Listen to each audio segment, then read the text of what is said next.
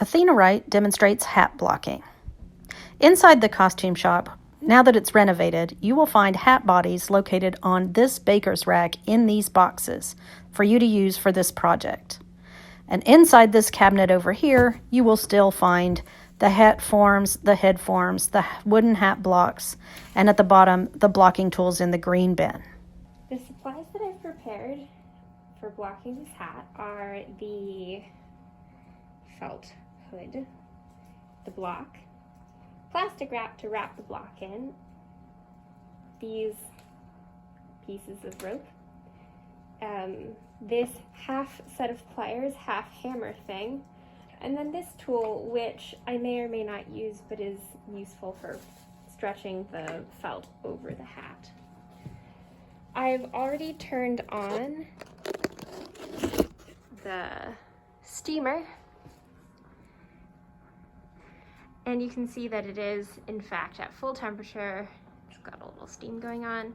So I'm going to heat up and inundate my felt body with steam. While the hat is steaming, I'm going to cover my block with aluminum foil.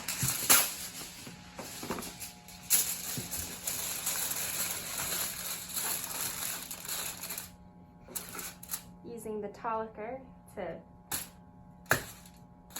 do this with this work for.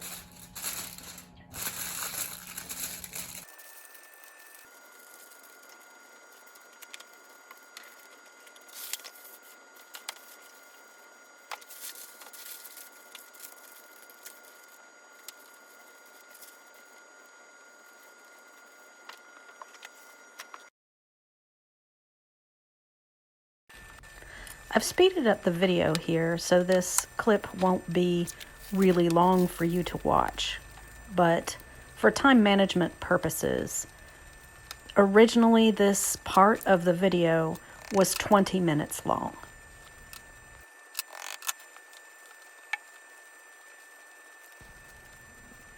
Notice here that Athena has realized she didn't orient her hat body on the block correctly the first time, so she's taking it back off and applying more steam to reposition it in a way that she's more satisfied with. An interesting side note, Athena created this block by 3D scanning an antique hat that was owned by a milliner named Kim Fraser of Hat Nip Hats. And then she used a CDC router called a ShopBot to carve this block. She actually made 3 iterations of the block, one for me, well, for the UNC block library, one for Kim, and one for herself. But she moved to New York City shortly thereafter and was never able to block a hat on it. So this marks the first time she's getting to block a hat on the block that she created from an antique hat.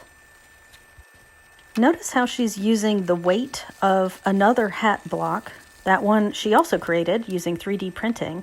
She's using that as a weight to press down on the tip toliker to make sure the divot in the crown stays put while this freshly blocked hat dries out before she sizes it.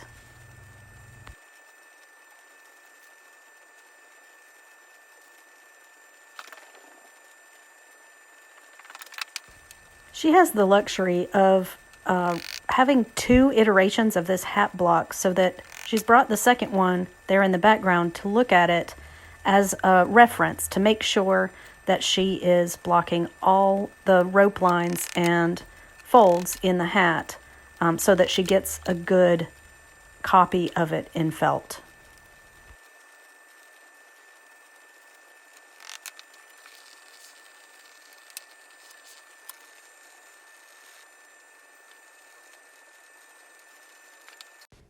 Here it is at the end of the blocking process. This hat will sit like this while the steam completely evaporates before Athena applies coats of stiffener.